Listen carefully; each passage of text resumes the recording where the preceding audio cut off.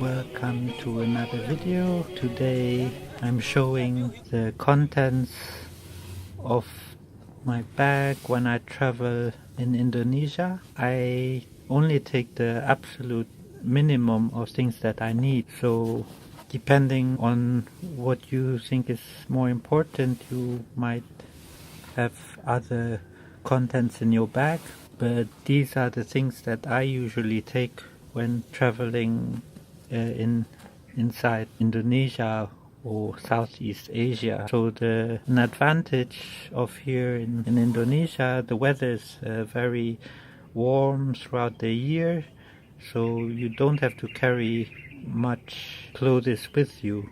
I only use one long pants, which is very lightweight and easily washable.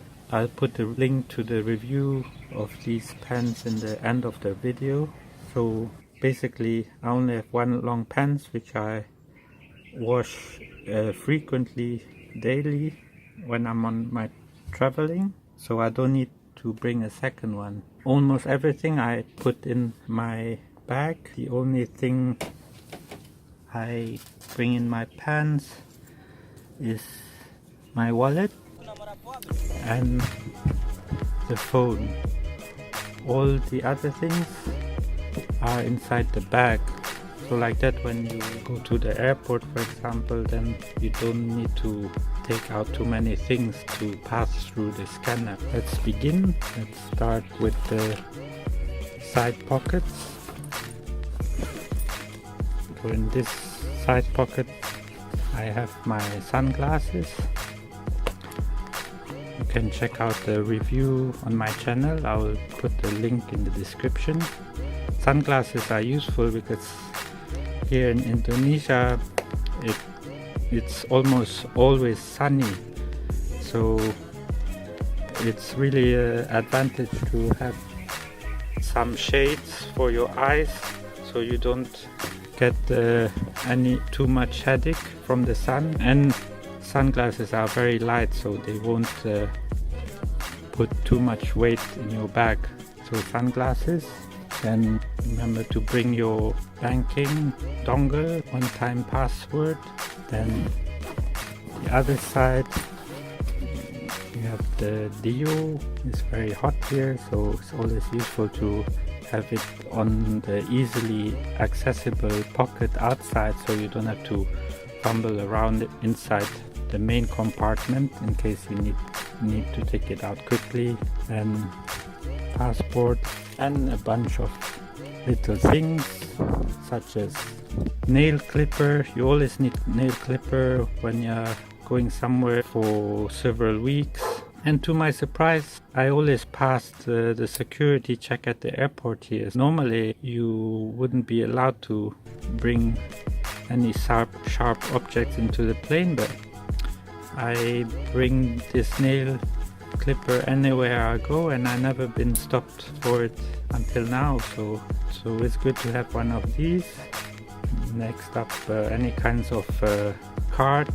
For instance, if you travel by bus, then but you can get this on location but I bring it anyway in case, because I still have credit on it. And then you might want to get a local SIM card for your phone, so you don't use any roaming.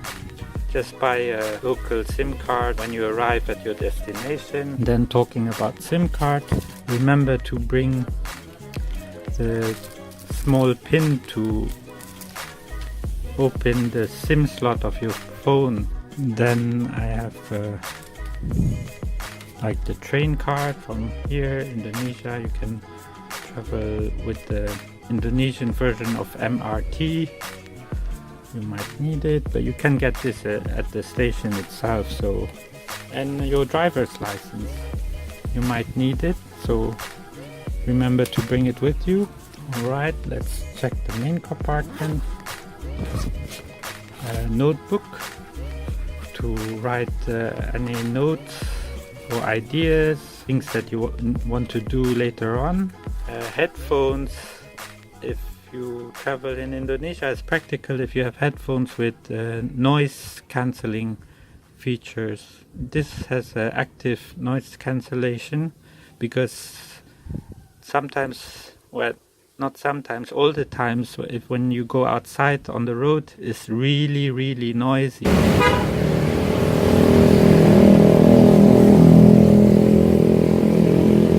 At least here in Indonesia. If you are like me and you are sensitive to loud noise, then I really recommend noise cancelling headphones.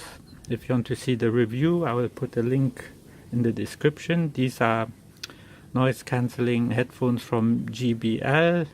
They are quite good. They are also waterproof and they block the sound pretty good.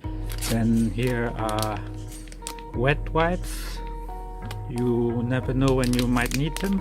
Then of course a pen when you write in your notebook, or also when you write the immigration form. When you arrive at the airport, you need to fill out a form, or sometimes on the plane you get a small card that you need to fill out. This is the case with my charger for the laptop.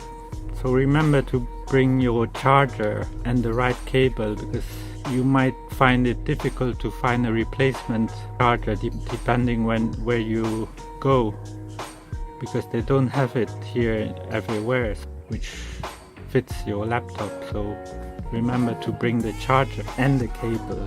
And here is the battery case for the phone. Sometimes you need to charge your phone and there's no power adapter, so it's practical to have an additional external battery for your phone. Next up, a pouch with the cable.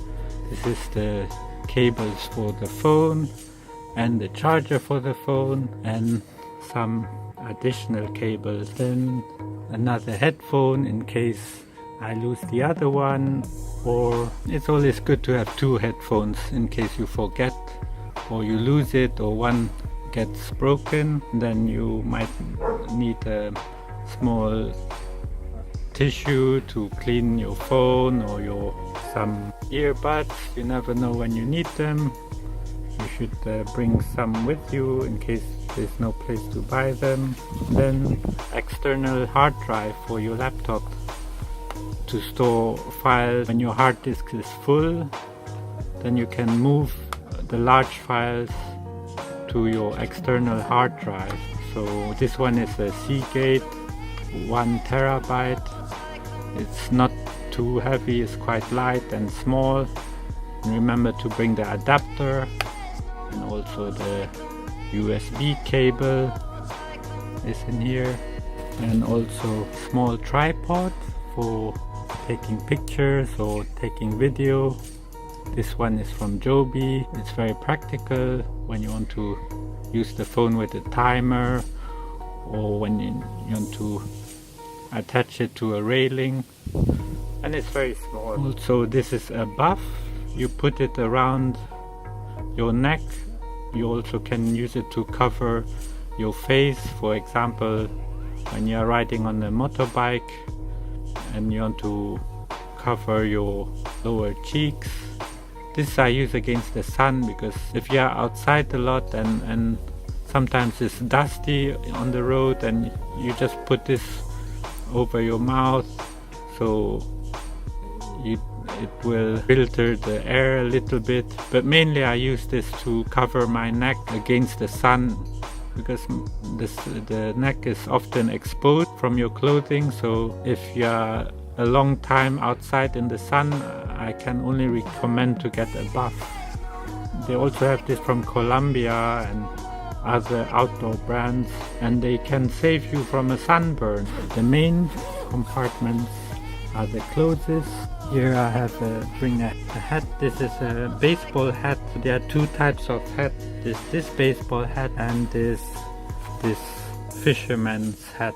The difference is that the fisherman's hat, on the back it will cover also, so it will protect your neck a bit from the sun, and on the sides it's going to protect your ears, so your ears will be protected from the sun too, whereas the baseball cap only shades your eyes from the sun, but it won't protect your ears from sunburn. So those are the two main differences from the fisher hat and the baseball cap. And also the baseball cap you can use when you have a hood sweater, or when you are using a raincoat which has a hood on it. You still can use the baseball cap underneath it, whereas the fisherman's hat you would have to use it outside, I mean without hood. So if you have a raincoat with a hood, then the baseball cap is better, but if you are out in the sun all day long, then the fisherman's hat is better. But of course the baseball cap looks better than the fisherman's hat. But what do you prefer? Do you prefer to look better, or you want to protect your ears from sunburn? So it's always a question of what's more important for you. And then I have gloves. These gloves are always useful, especially like, for example, you want to do some exercise on the floor, or you want to use it to do some lift up on a handlebar, or you want to go on a motorbike or on a bicycle and you're out on the sun. Gloves will protect your hand from sunburn. I only can recommend you bringing gloves like this, even if you spend a lot of time outside in the sun. Sport gloves like these can be a lifesaver. I find them really useful, and I bring them almost everywhere I go, so because I use them daily. So just get some fitness gloves which cover at least your hand, if not the tip of the fingers, at least your hand. I bring one t-shirt. I have one t-shirt which I use daily, and then I wash it at night, and then I hang it to dry, and then I use the second t-shirt to sleep in it. So I practically only use one shirt, and this shirt is to use when the other one is being washed, or when I'm still drying it. Next is boxer shorts. These are also just to replace the boxer shorts which I wash every day, to wait until it's dry. One pair of socks also to use when the other one is still wet from having been washed. And also Bermuda shorts. This you can double the function, use it as shorts, for example, when you are washing the long pants and hanging it to dry. You just use these shorts. Either you can use it, and you also can use it as a pyjama, or you can use it as a swimming suit. And this also dries fairly quickly because it's synthetic material and it's easy to wash also. And a raincoat, a small raincoat which is packable. This one is from Colombia. It's waterproof and breathable. You don't necessarily need a raincoat when you're in Indonesia, because the rain here usually don't last very long. So it will rain very heavy for 1 hour or sometimes a bit longer, but after that it will stop again after a few hours or 1 or more hours. You might not need a raincoat, but you can pack one if you find it necessary. Then of course the laptop. This is a 12-inch laptop. Actually this bag has enough space for 15-inch. This is the MacBook 12. If you want to look at the review, just click on the link in the description. And then I bring a small towel. You never know when you need it. Sometimes you're in a place where they don't have towels, and then you can use this to dry yourself, and then it's easy. You just wring out the water, and then you can continue drying yourself. So this is a small one, but because I don't necessarily need it, I only get a small one, because in most hotels here they always have towels. Toiletry bag. I bring a shaving cream, then the 50 grams toothpaste. If you bring the 100-gram toothpaste, you might get stopped at the scanner. I've been already stopped a couple of times at the airport because I brought 100 grams toothpaste in my carry-on luggage, so that's why I bought a special small one at the supermarket, which only has 50-gram content, so you might want to get that also, and a shaver and a comb and a toothbrush. And I put it all in this practical pouch, which you can get like in outdoor stores and camping stores. I got this actually at the airport, and it was really cheap, so it's worth it to keep all together in one pouch like this. And then here I have an adapter for the power adapter of the laptop. This you need in Hong Kong and also in Singapore, and most airports also offer 3-prong power outlet. Just got this a few days ago. This is for the phone. When you want to go running, you just can attach the phone to your arm, and then you can record using GPS your length, the distance, and also the location where you run. There's an app called Nike Run, and it will record the distance and also the speed and the map where you run, and also a small plastic spoon. You never know when you need it. For example, when you go to the supermarket and you buy yogurt, usually they don't come with any spoons. When you're on your travel and you want to eat in the hotel room and you need a spoon and you bought some yogurt, it's useful to have. And also the keys. The shoes that I wear are Skechers, which are lightweight. They don't use any strings, so it's easy to put on and take off very quickly. It's made out of thin material which lets air pass through, so your feet stay cool. And it's also black color, so you can't see the dirt too much, and when it rains and the shoes get wet, they will dry faster in the sun. And they are also very comfortable to wear.